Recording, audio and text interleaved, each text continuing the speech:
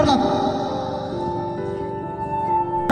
Yang konon katanya telah memiliki izin, namun hari ini teman-teman tidak pernah negosiasi bersama masyarakat.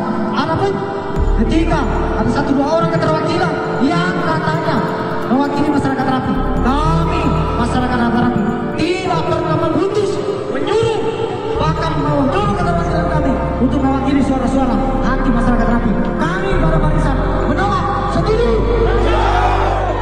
Hari ini nanti kami panas-panasan nama suku Rapi, setuju. Maka hari ini kami sepakat ketika aksi kami hari ini tidak diindahkan oleh pihak perusahaan, maka akan kami buat aksi yang lebih besar. Semangat! Jadi hari ini kami membawa aspirasi kami satu kata, tolak kehadiran PT Gelar Bama.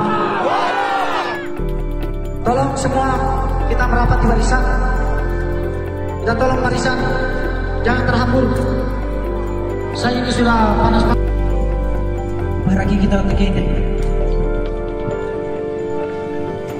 Jadi dokumentasi.